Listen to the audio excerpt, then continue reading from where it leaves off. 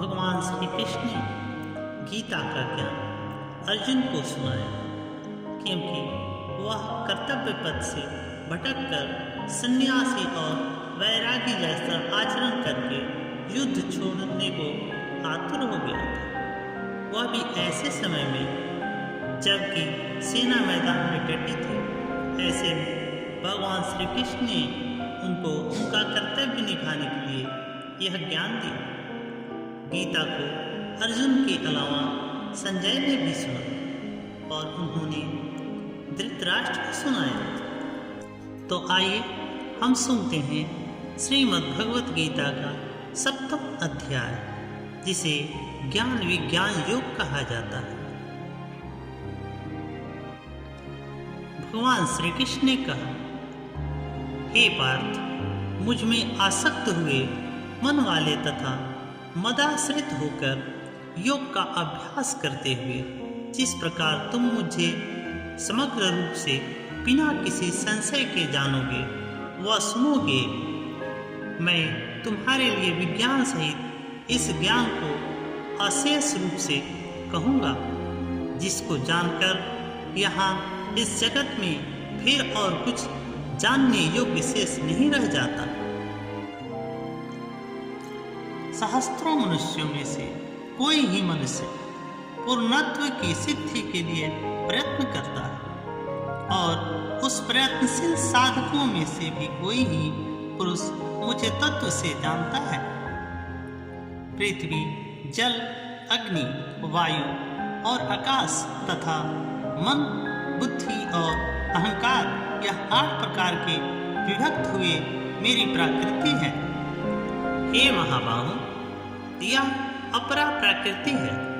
इससे भिन्न मेरी जीवन रूपी परा प्रकृति को जानो, जिससे यह जगत धारण किया जाता है।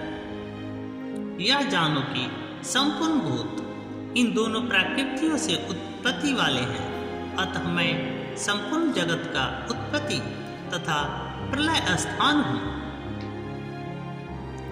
हे धनंजय, मुझसे श्रेष्ठ अन्य किंचित मात्र वस्तु भी नहीं है। यह संपूर्ण जगत सूत्र में मणियों के सदृश मुझ में पिरोया हुआ है।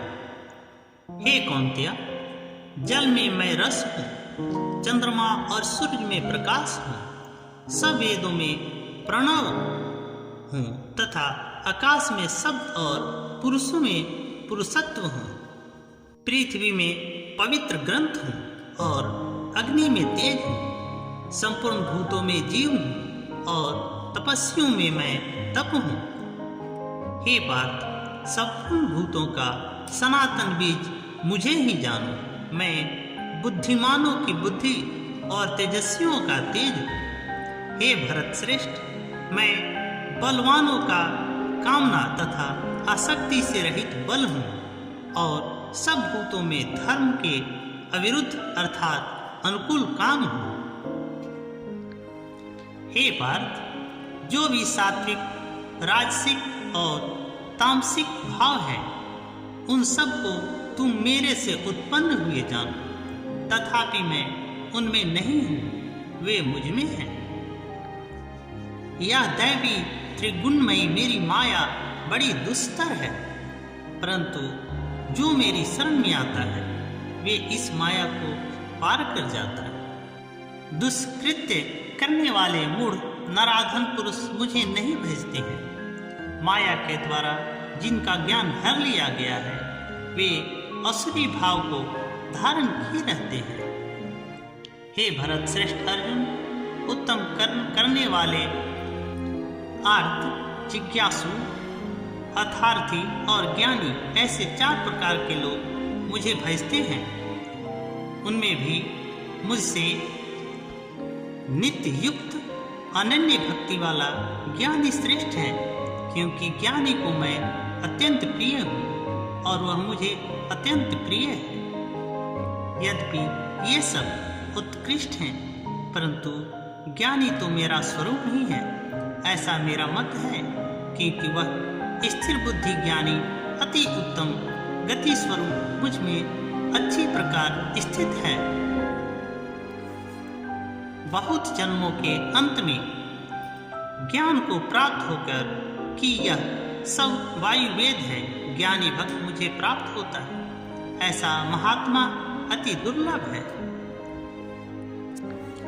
भोग विशेष की कामना से जिसका ज्ञान भर लिया गया है, ऐसे पुरुष अपने स्वभाव से प्रेरित हुए अन्य देवताओं को विशिष्ट नियम का पालन करते हुए भजते हैं।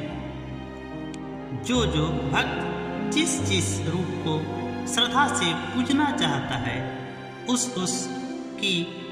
ही देवता के प्रति श्रद्धा को स्थिर करता है। वह भक्त उस श्रद्धा से युक्त होकर उस देवता का पूजन करता है और उससे मेरे द्वारा विधान किए हुए इच्छित भोगों को निसंदेह प्राप्त करता है।